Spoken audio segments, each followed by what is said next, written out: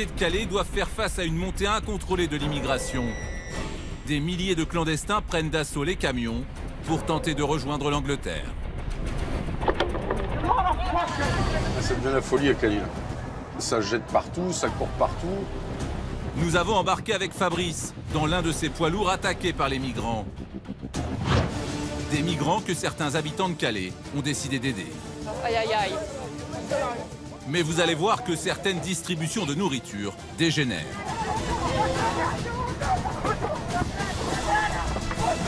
C'est un des gars qui participe au deal, hein, c'est sûr. Généralement, ils sont là, sans casque, avec le produit sur eux. Allez, ça part de là-bas. On y va à 3.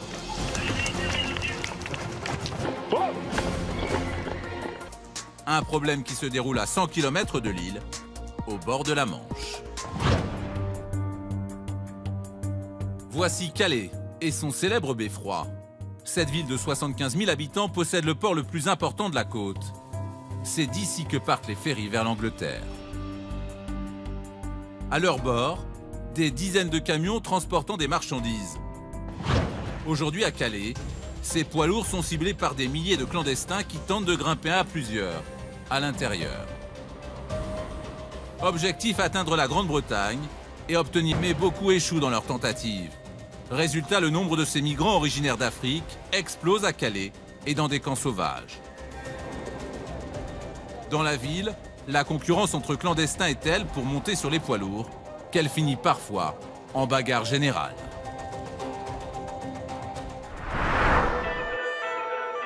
Nous sommes le 4 août dernier. Ce jour-là, 300 clandestins soudanais et érythréens s'affrontent en pleine rue. Objet de la dispute, un parking où se garent des poids lourds, dans lesquels ils se cachent pour passer en Angleterre. Jets de projectiles, poubelles renversées, la guerre de territoire fait rage.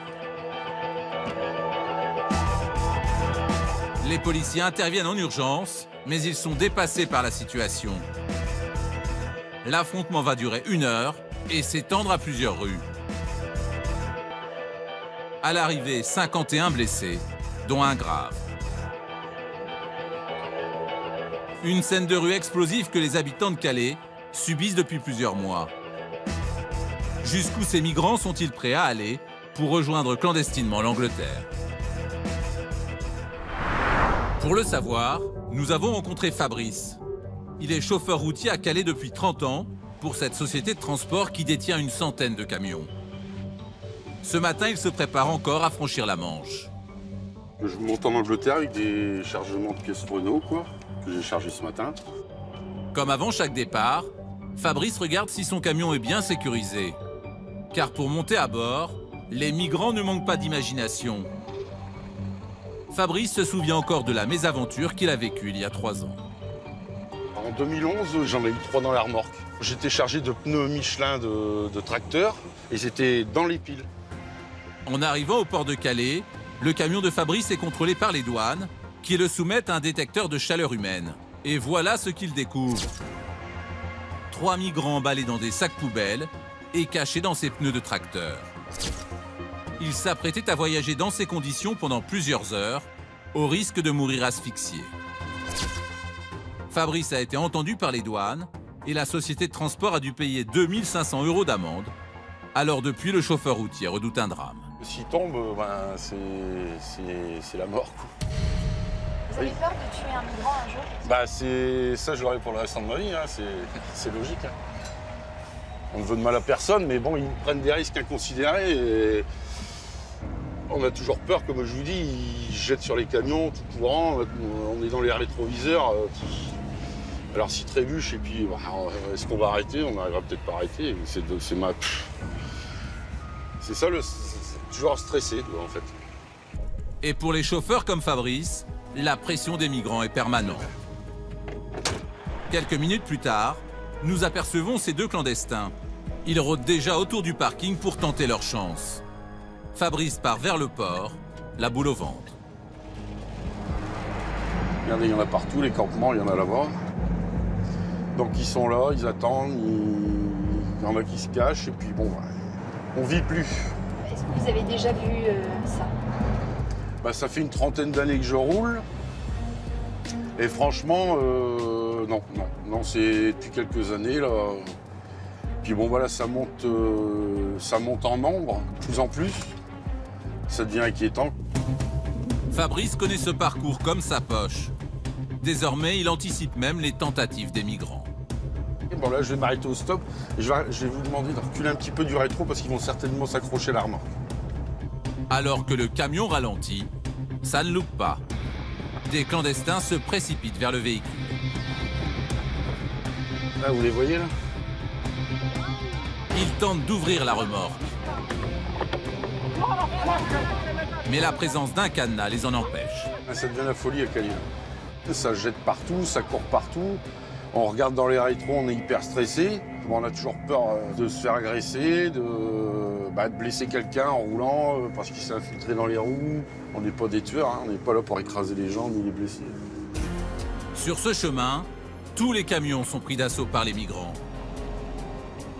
Si ça continue comme ça, il risque d'y avoir des problèmes. Alors qu'il nous parle, Fabrice tombe sur un camion à l'arrêt. Là, il vérifie le collègue. Il est là-dedans. Là, il est là-dedans. Ce chauffeur a repéré un clandestin qui s'est faufilé dans sa remorque. Il est en train de le sortir. Ça devient la folie. Sur cette distance de 5 km avant le port, les routiers vivent un cauchemar. Car les clandestins s'attaquent à tous les points stratégiques de la zone. Ça, c'est pareil, à cette Total, ils savent qu'il y a le parking, il est blindé de camions. Le gasoil, c'est minimum 10 minutes à l'arrêt. Il leur faut moins que ça pour monter dans les camions, dans les remorques. Cette fois-ci, Fabrice atteindra le port et embarquera dans un ferry, sans encombre. Mais ce jour-là, d'autres ne vont pas avoir cette chance. Sur ce trajet vers le port, tous les chauffeurs nous ont indiqué que le pire était de s'arrêter à une station essence. Pour en faire l'expérience, nous nous sommes postés à 30 mètres de l'une d'entre elles. À peine arrivés à celle-ci, nous remarquons ce camion rouge. Très vite, un groupe de migrants ouvre la porte de la remorque et grimpe à l'intérieur. L'un des clandestins referme, comme si de rien n'était. Mais manque de chance, le chauffeur a tout vu. Téléphone en main, il est en train de prévenir la police. Des CRS arrivent quelques minutes plus tard pour faire sortir les clandestins.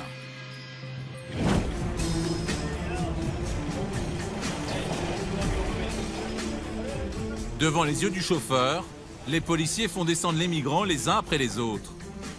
Ces sans-papiers sont mis à l'écart du camion et surveillés par les policiers le temps du contrôle du véhicule. Le routier russe risque de rater le bateau vers l'Angleterre. Il est agacé. C'est très stressant pour nous. C'est un gros problème. Ça nous coûte de l'argent et c'est compliqué avec les douanes. À chaque fois que je viens d'Allemagne et que j'arrive ici, c'est compliqué. À bientôt. Après 30 minutes d'arrêt imposé, le chauffeur peut enfin repartir. Les migrants ont été relâchés par la police et se remettent tout de suite en place pour retenter leur chance. Parmi eux, Aman. D'origine érythréenne, il a parcouru 6000 km en abandonnant femme et enfants pour passer en Angleterre. C'est la première fois que je le fais. On essaie de monter sur ces camions lourds. Des fois, on se fait arrêter par la police. Mais si tu as de la chance, tu gagnes. Quand tu n'en as pas, tu perds. Mais c'est dangereux pour vous? C'est dangereux, oui. C'est pas facile. Un danger qui touche aussi les plus jeunes. À Calais, beaucoup d'adolescents risquent leur vie, comme Hermie, lui aussi venu seul depuis l'Érythrée. Tu as quel âge? J'ai 15 ans. C'est la première fois que tu essaies de monter dans un camion? Non, ça fait 4 ou 5 fois que j'essaye. Enfin, plusieurs fois. Tu es venu seul? Oui. Pourquoi? Parce qu'il n'y a pas de vie en Érythrée. Et tu as peur de quoi? D'avoir un accident ou de mourir. On ne sait jamais si l'un de nous va mourir ou pas. Aujourd'hui, les clandestins autour de Calais seraient au nombre de 2300 pour 21 nationalités. Sur le terrain, la présence policière s'est renforcée et les contrôles aux ports sont plus durs. Alors les migrants passent de moins en moins en Angleterre. Du coup, depuis la fermeture du centre d'accueil de Sangatte en 2002, ils sont de plus en plus nombreux à Calais. Nous avons cherché à connaître les conditions de vie de tous ces migrants.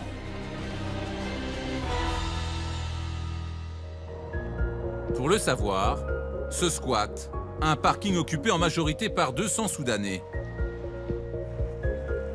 Ils ont fui leur pays en guerre. Certains attendent leur chance depuis 1 an. Ils prient chaque jour pour que leur sort s'améliore. Parmi eux, Kalam. Il a 30 ans. Il a abandonné sa famille et parcouru des milliers de kilomètres pour venir à Calais. C'est là-bas que je vis avec un ami. Voici l'endroit où je dors, avec 2 autres personnes. Pour se tenir au chaud, Kalam dort dans cette tente avec 2 amis. Sans un sou, ce Soudanais survit comme il peut. Ça, c'est du pain. Quand on a vraiment faim, on est obligé de manger ça. Et ici, c'est notre petite cuisine. Mais une cuisine sans matériel.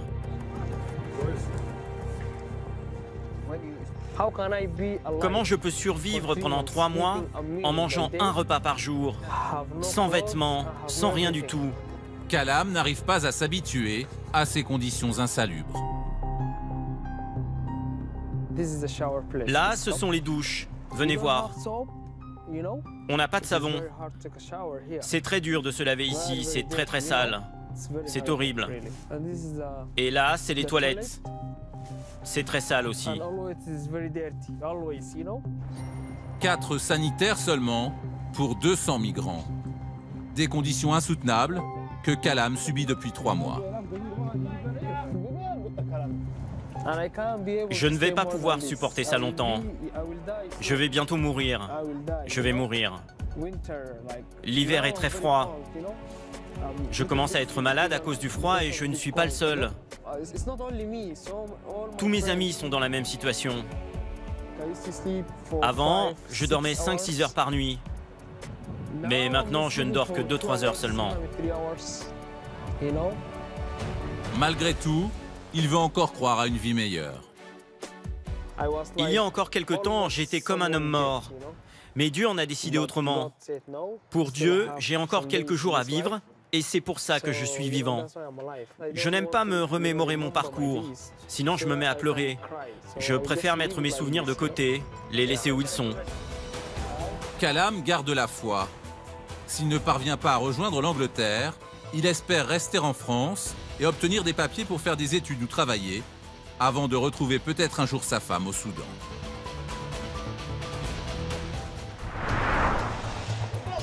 À Calais, certains habitants ont décidé d'aider ces clandestins à survivre. Dans cet entrepôt du centre-ville, tout le monde s'affaire en cuisine. Moi, je suis tombée sur une poule bien cuite. Autour de la table, une dizaine de bénévoles d'une association préparent 800 repas chauds. Chaque jour, ils les distribuent aux migrants autour de Calais.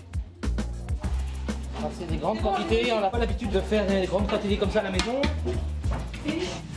Michel, on va aller chercher les pommes de terre de Rosemary.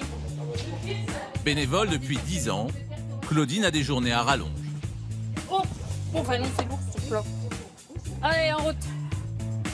Grâce aux dons des habitants du Pas-de-Calais, Claudine récolte toutes sortes de denrées.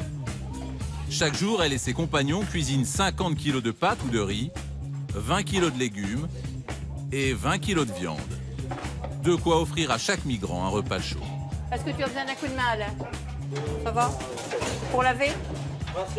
Pincer, ok. On va rester. Claudine consacre toute son énergie à ce combat, qu'elle juge indispensable.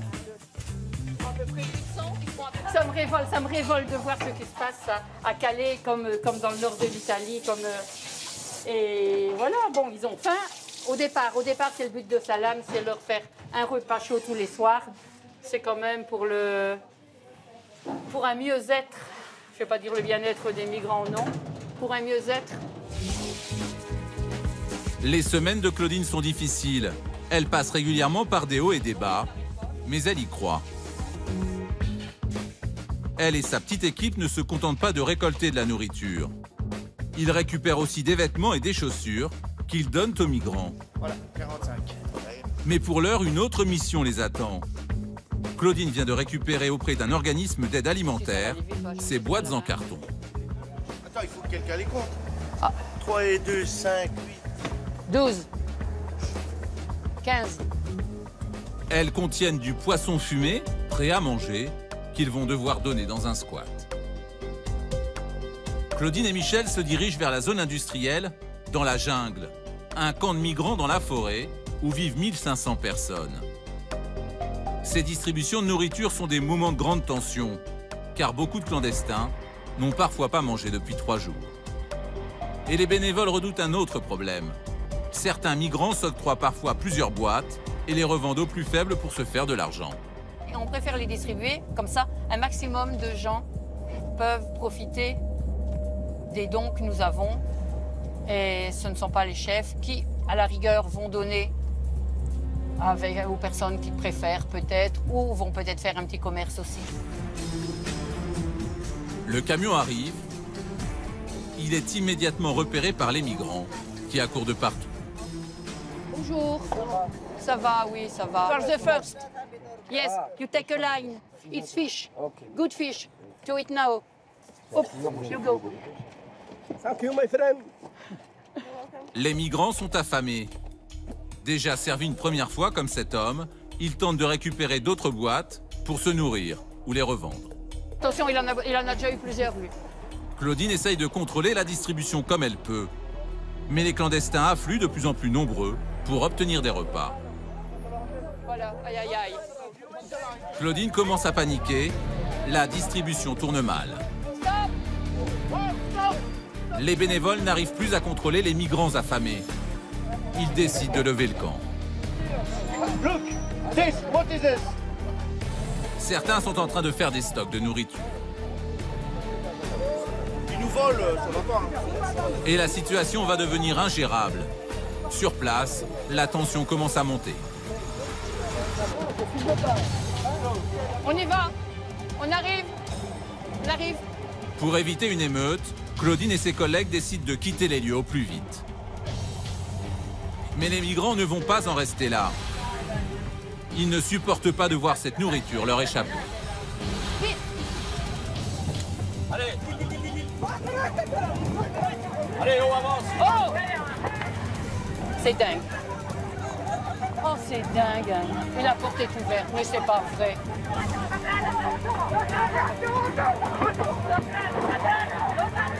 Il y a un mec dedans. Oh, descends là, allez. Allez, go out. Il va tout distribuer, laisse-le faire, il va tout distribuer. Le camion accélère, mais rien n'y fait. Le véhicule est totalement dévalisé. La scène peut choquer, mais ils sont affamés. Ils ont peur de ne pas avoir.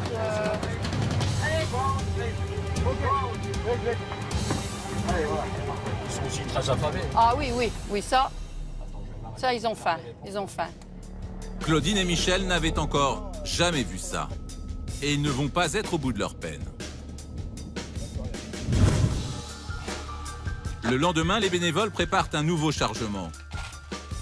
Cette fois-ci, des boîtes de raviolis, qu'ils soient distribués dans un squat occupé par des Soudanais. Tu te mets derrière et tu tiens les boîtes. Claudine est à nouveau de la partie. Ces boîtes ont été données par un supermarché de la région. On nous a offert des raviolis halal, donc nous allons les distribuer dans un camp où nous savons qu'il y a des musulmans.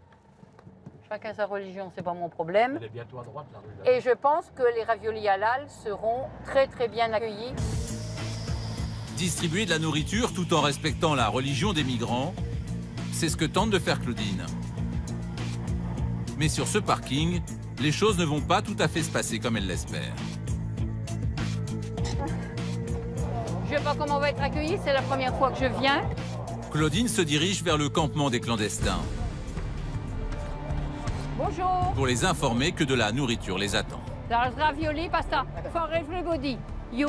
It's not for one people. Yeah, for all. Yes, for all. Have you fire? Fire to... No, because we got no wood here, you know. We need floor. We need gas. Oui, yes. It's difficult. It's too expensive for us. L'association n'a pas les moyens de leur fournir des réchauds pour cuire leurs raviolis. Ces sans-papiers vont donc les manger froids. Mais ils vont tiquer sur un problème. Baby, it means that. Best before, you know that. La mention Best Before sur une boîte de conserve indique la date limite d'utilisation optimale. En clair, le produit est meilleur jusqu'à cette date, mais il est encore comestible 3 ans après celle-ci. Ces boîtes indiquent une date limite d'utilisation au 30 juin 2014. Or, nous sommes 3 mois plus tard. Les migrants sont persuadés que la nourriture est périmée. Ils ont peur de s'intoxiquer. Claudine va essayer de leur prouver le contraire. Yes, my friend, come. Claudine joue les cobayes en mangeant ses raviolis froids devant eux. Like this? Yes. With a spoon, like this. Yes, it's good. Ils doutent que ce soit comestible. On leur a déjà expliqué les dates limites de consommation et les dates limites d'utilisation. Ils ne comprennent pas toujours, ils font très attention. En manger ou pas, les clandestins se concertent. Ils pensent que l'association leur donne de la mauvaise nourriture. Et un vent de rébellion va souffler sur le camp.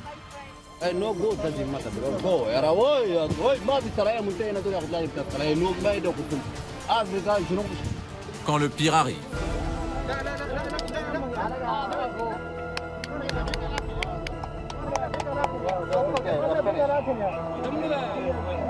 Oh, ça me choque, hein. Ça me choque. C'est valable 3 ans, ça.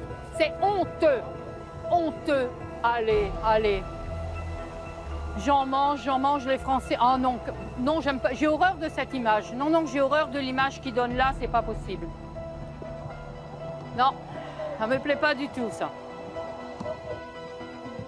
Claudine ne supporte pas qu'on gâche la nourriture. Mais ce jour-là, seuls quelques clandestins ramèneront les boîtes dans le camion. La majorité des migrants accueillera ce don de l'association avec beaucoup de gratitude. Le 30 juin 2014, ils auraient eu cette boîte en main, ils ne l'auraient pas mangée. Parce que pour eux, c'était la date limite où ils pouvaient manger. Mais ça, c'est encore pour moi une dérive de la société de consommation. Et ça me choque qu'on jette une boîte de raviolis par terre. Donc, je suis choquée qu'il n'ait pas mangé, mais je comprends. Malgré les difficultés de communication et la barrière de la langue, Claudine ne baisse pas les bras. Grâce à elle et à ses compagnons, des milliers de clandestins sont nourris chaque jour et réussissent à survivre.